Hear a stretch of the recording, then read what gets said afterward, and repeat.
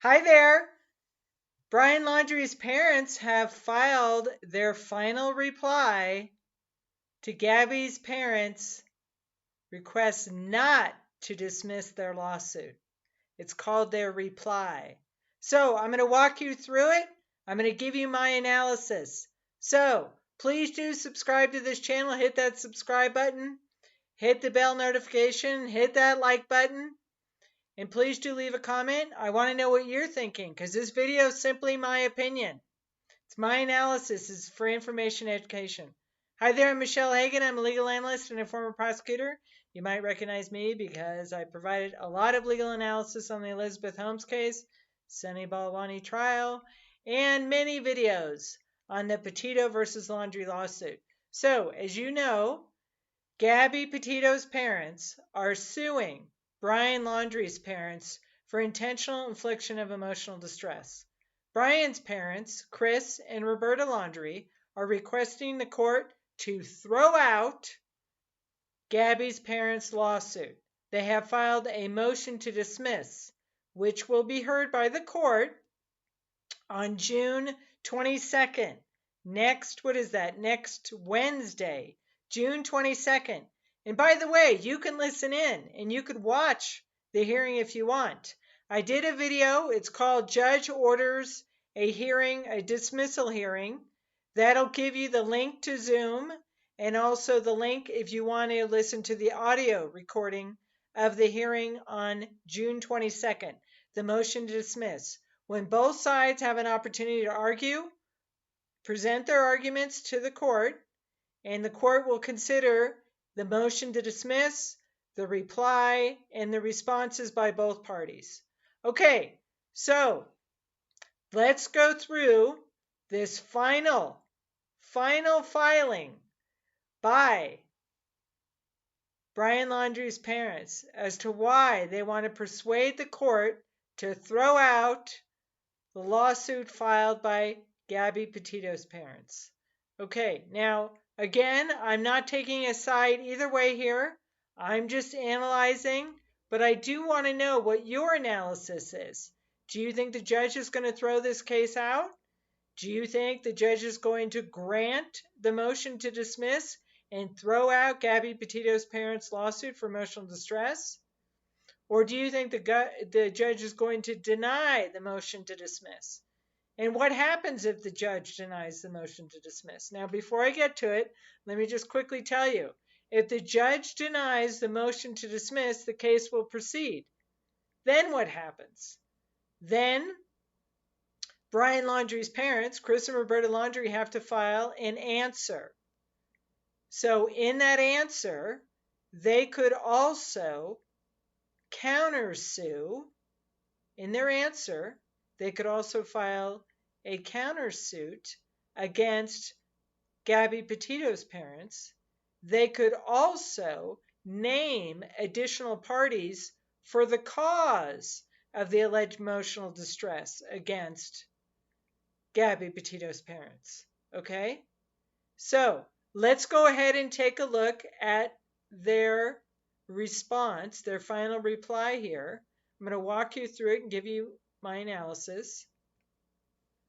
So here it is. It was just filed. It's filed by Brian Laundrie's parents' attorney. And this is basically their final statement, their final response to the court as to why the court should dismiss the lawsuit filed by Joseph Petito and Nicole Schmidt, Gabby Petito's parents. Now, this is a very tragic circumstance for everyone involved here. This is just an exercise where I'm going through and explaining. So, we are analyzing this motion to dismiss. So what are they saying now? So the defendants, Chris and Roberta Laundrie, in this reply are saying, Judge, throw it out. Throw out the lawsuit. The Constitution applies. They didn't cite any cases to support it. They're missing facts to support their allegations of emotional distress. So let's go through it. So it's defendant's reply in support of the motion to dismiss the amended complaint. So the complaint relates to the lawsuit. That's what it is. They're asking the court to throw out the lawsuit, to throw out the complaint. And they're saying here, at the end of the day, the gist of this action is that the plaintiffs want liability for the Laundrie's silence. What they alleged, what Gabby's parents alleged in their complaint, in the amended complaint, is that the Laundries withheld information. They allege that the Laundries knew that Brian had murdered Gabby. They allege that the Laundries went on vacation knowing that Brian murdered Gabby and that they didn't provide any information to Gabby's parents. Roberta Laundrie, they claim, blocked Nicole Schmidt, Gabby's mom, from getting information, from responding to texts or taking her phone calls, and even blocked her on Facebook. That's what they allege. All right, so if you go back and you look at my prior videos I did on this, I walked you through the complaint and also through, just go to the playlist and you can look at all the videos. But, you know, the whole point of the lawsuit, when you file a complaint, you ask for a motion to dismiss, you're asking the judge to look at the four corners of the complaint that was filed by Gabby's parents, and you're asking the judge, you know, to look at whether or not sufficient facts were pled to support each and every element of intentional infliction of emotional distress. In other words, their silence, their conduct of being silent and retaining a lawyer, not providing them information as to where Gabby's whereabouts, what happened to Gabby, that caused the Gabby's parents severe emotional distress, and they're seeking monetary damages for compensation. Okay, but at this stage, in the hearing that's coming up on the 22nd of June, the judge is going to make a determination whether or not the law supports, you know, whether or not they sufficiently pled enough facts and the law supports this cause of action. Okay, so plaintiffs are unable to point to any case where liability for such conduct, silence basically, has been found, nor any case establishing a duty to communicate or speak in these circumstances. So Gabby's parents are saying they had a duty. They were supposed to speak up. They were supposed to provide this information. And for them not to is outrageous, and it's an intentional infliction of emotional distress, and they suffered severe emotional distress, mental suffering, anguish, anxiety, etc. And they want to be compensated for this, right? So they're saying, Brian's parents are saying, there is no federal nor Florida Good Samaritan law or any legal requirement that compels the Laundries to communicate or to speak, in which would supersede the right of every person to remain silent. Okay, if you go back to the video I just did on this, I think there's an argument that could be made for when, okay, they did retain a counsel. Brian's parents did retain counsel. They issued a statement through their attorney. And in that statement, I think it could be argued that that is speech. And they were speaking.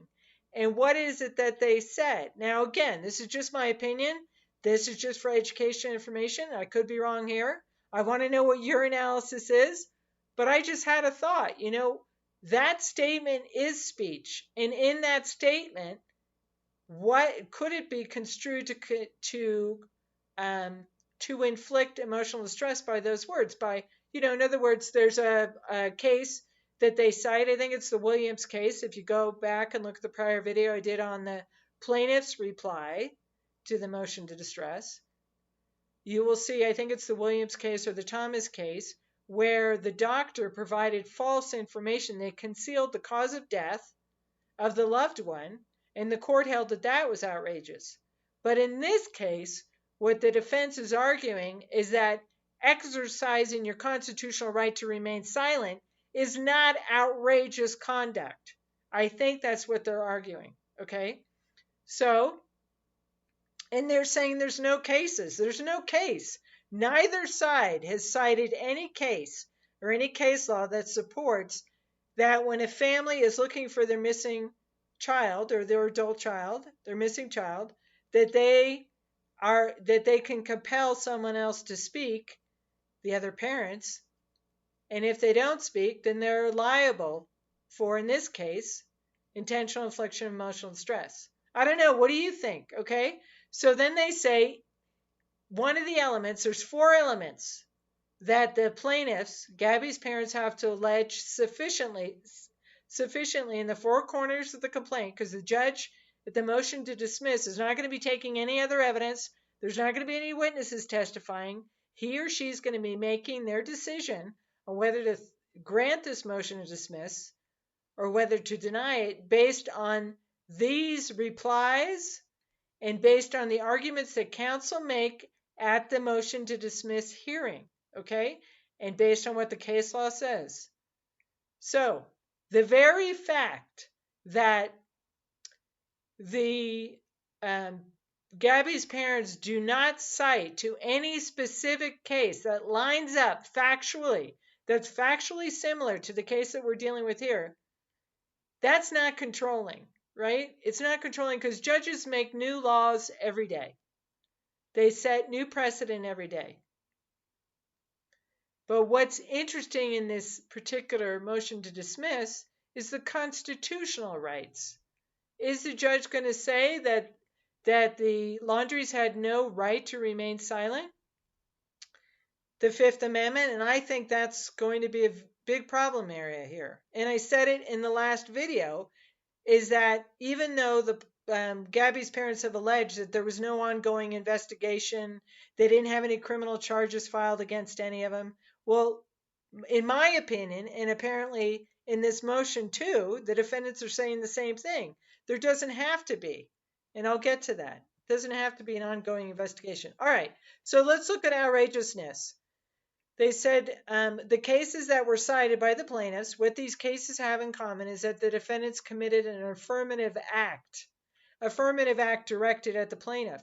And what the defense is arguing here is that the defendants didn't take any action. They remained silent. They had no contact with the plaintiffs. So they weren't taking an affirmative act. They were taking no action. However, I still think maybe one could argue that that statement is an action. Okay, so go ahead and look at the prior video I did. So anyway, so then they say, well, that's, there's no duty there. There's no case law to support it.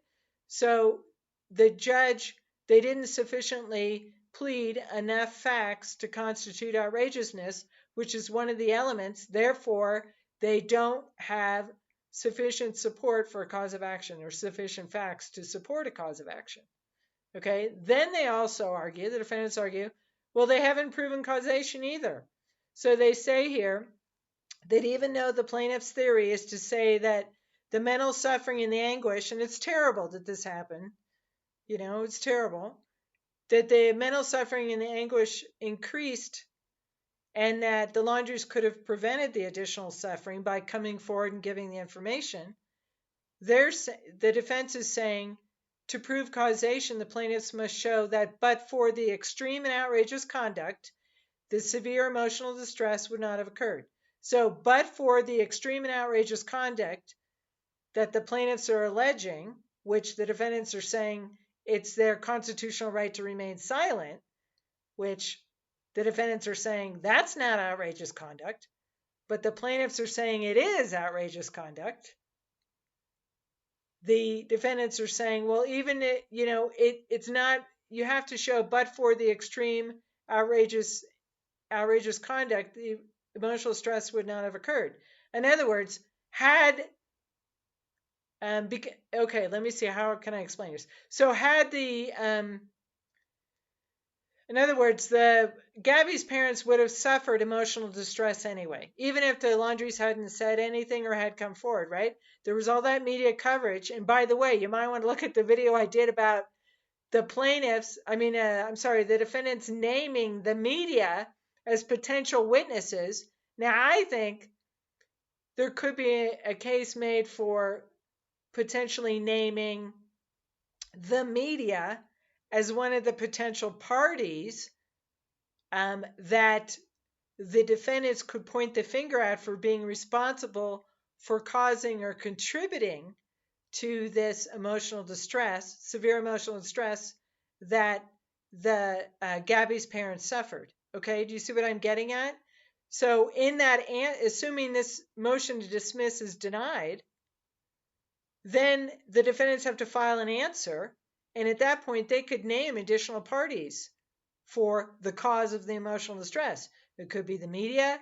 It could be, Joe down the block, or, whoever it is. Okay. So they're saying they didn't meet the outrageous requirement. They haven't sufficiently pled enough facts for the outrageous element. They haven't now pled sufficient facts for the causation element that's required, because they haven't showed that the plaintiffs have not alleged that but for the Laundries inaction, their emotional distress would not have occurred. And that's an interesting argument. So regardless of whatever the Laundries did, the fact that Gabby Petito was missing, the parents were looking for it, all this coverage was going on with the media, all the inquiries that were going on. What was the cause of the emotional distress? Was it the Laundries not saying anything, withholding information allegedly? Or was it allegedly the conduct of other people that were the cause of the emotional distress that Gabby's parents suffered? Okay, it's an interesting argument. All right, now they get into constitutional rights. They're saying, Judge, the Constitution, the defendants had a right to remain silent. They're saying the exercise of constitutional rights could never qualify as outrageous conduct, and it's a complete bar to this cause of action. In other words, Judge, throw this lawsuit out. Grant this motion to dismiss, because the defendants had a constitutional right to remain silent. Interesting argument. Then they say the plaintiffs cite no case where the exercise of a legal right in a legally permissible way is described as an affirmative defense. See, the plaintiffs are saying that the defendants, they don't have a right to allege an affirmative defense in a motion to dismiss. It's basically premature. Okay? But what the defense is saying here is no, it's a constitutional right. And if you go back and look at the prior videos I did, they can bring up, they're arguing that, well, let's look at it here, that they do have an affirmative defense, a constitutional right to remain silent, and the judge should consider it in a motion to dismiss. So they say if two cases cited by the Laundries in their motion to dismiss, the court should consider, and they say the pursuit of legal rights is part of the outrageousness consideration.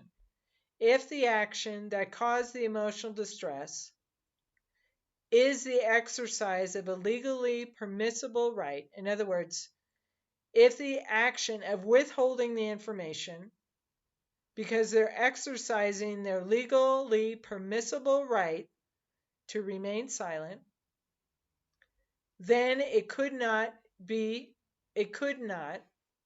legally be outrageous. So the defense is arguing here, the fact that they remain silent is not outrageous conduct. So the plaintiffs cannot meet that element that's required in order to survive a motion to dismiss. Okay? So you can go ahead and read this. And then they say, finally, even if the Laundries exercise of their legally permissible and constitutionally protected rights, the First Amendment, the right to speak or not to speak, the Fifth Amendment, the right to remain silent, or the First Amendment is the free speech. Fifth Amendment is, or no speech. Fifth Amendment is the right to remain silent. The Sixth Amendment is the right to retain counsel. And then they also allege privacy and due process as their defenses here, right? As explaining the conduct by the defendants. So they're saying even if the Laundries' exercise of their legally permissible and constitutionally protected rights is an affirmative defense, the court can consider an affirmative defense if it is apparent from the face of the complaint and its attachments. So in other words, the judge is limited to the four corners of the complaint. When the judge reads through the complaints, if it's apparent on the face of that complaint that the defendants had a right to remain silent, the Fifth Amendment, that they had free speech rights, the First Amendment, that they had the right to retain counsel. If that's all apparent in the complaint, then the court can say that their rights are legally protected, their right to remain silent. They say here plaintiffs offer no explanation as to why the Laundries would not be entitled to such rights.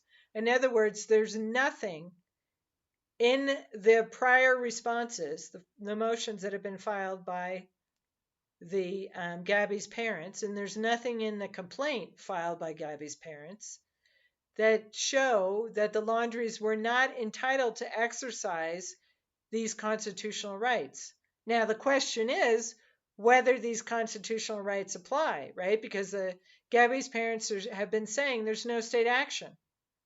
The government's not compelling the Laundries to speak. It's private citizens. It's Gabby's parents asking. There's nothing to do with any investigation. There's no government agency involved in this. So what does the defense say?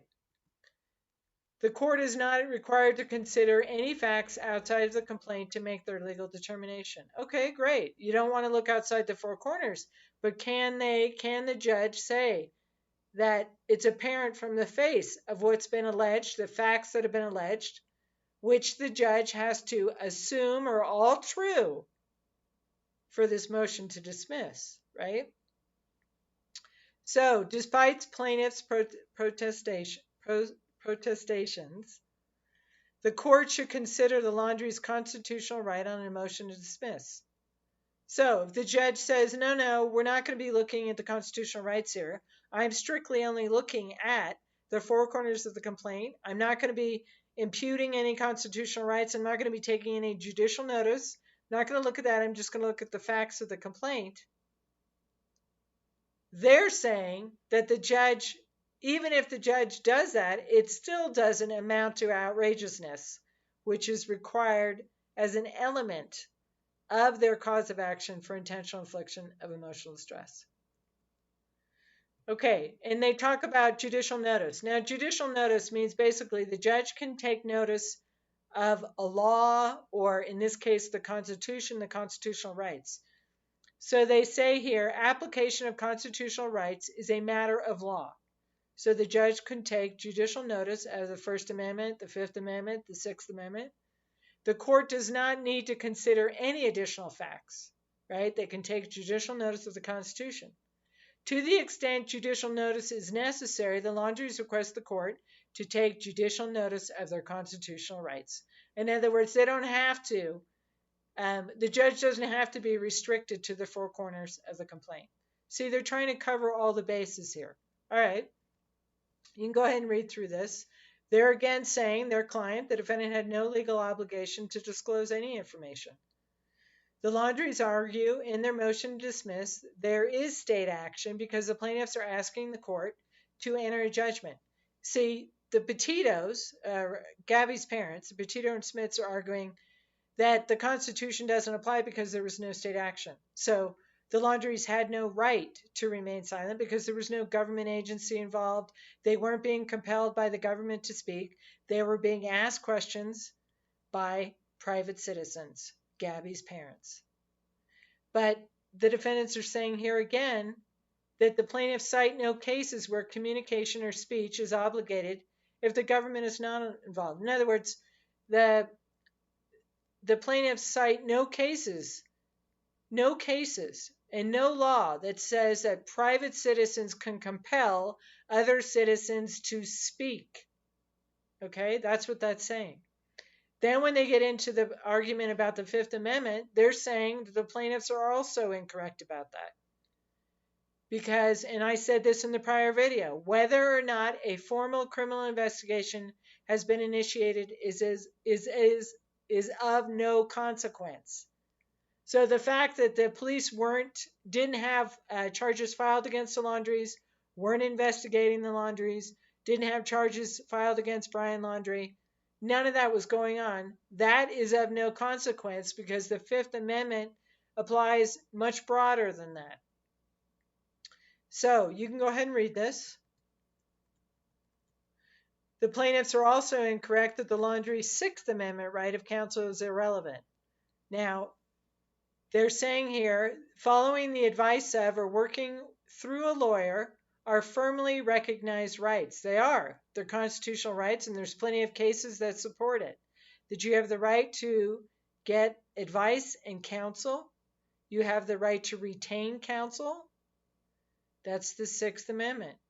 They're saying that, moreover, the plaintiffs admit that the only form of communication was the general statement issued to the press and the public at large by the Laundries attorney, and the content of said statement was not legally outrageous. Well, I think that could be argued if that statement by their counsel is imputed on the Laundries. Maybe an argument could be made, I could be wrong about this, that the words that they use in that statement, they hope that she's reunited, they hope that the search is successful. Is that different than a doctor misleading a loved one about the cause of death of their mother, as in, I think it's the Williams case that the plaintiffs cited in their reply? And if you look at that video, you could take a look at that. I don't know. We'll see. But I think, as I said early on this, I think this is a tough case for Gabby's parents, because I think the Laundries do have constitutional rights to remain silent. And I do think the Sixth Amendment does apply. Okay? And whether, and there, just because no cases support the outrageous conduct on similar facts that we're, dealing with here, there's no case out there where a family withheld information about another family's child or loved one. There's no case on point, but that doesn't mean that a judge can't decide that on these facts it's outrageous conduct, right? Because as I said earlier, judges make new law every day. Okay, so let's go ahead and here's I think one of the last things they say is this argument about whether or not the plaintiffs have to be present in order to suffer the emotional distress. So they say here, all the cases cited by the plaintiffs, in all the cases we have found in Florida, recognize the intentional infliction of emotional distress tort. The plaintiff was the recipient of the insult or abuse, or the message was clearly directed at the plaintiff through a third person. They're saying the amended complaint by Gabby's parents alleges no contact between the Laundries. So that's showing that it wasn't the conduct. If you're saying that the Laundries took action here, their conduct was not directed at the plaintiffs, which is a required element to prove their case, because they had no contact with the Laundries. The Gabby's parents and Brian's parents had no contact. They made a statement to the press and to the public through their lawyer. So they're saying, the Laundries are saying, therefore, the plaintiffs have received no insults or abuse, nor was any message directed at them. Now, that could be argued. So they have to show one of the elements is that the action that was taken by the defendants, the Laundries in this case, had to be directed at Gabby's parents. And they're saying there's no facts to support that. So again, the Gabby's parents, the plaintiffs, have not sufficiently pled within the four corners of their complaint that the harm, that the plaintiffs were present, or that the harm was directed at the plaintiffs. Okay, so they asked the court to dismiss the amended complaint filed by Gabby's parents with prejudice. What does that mean, with prejudice? That means that they can no longer, if the judge grants this motion to dismiss, they can dismiss the lawsuit with prejudice or without prejudice. If it's with prejudice, the Gabby's parents could not sue. They can't sue the Laundries for this. That's it.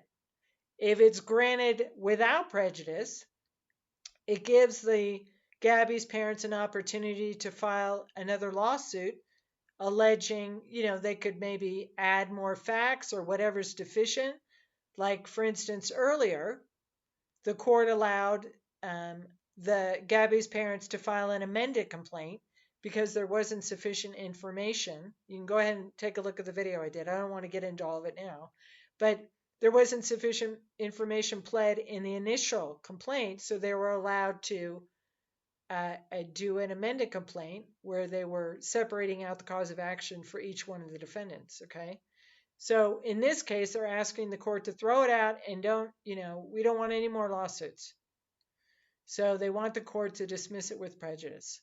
So what do you think?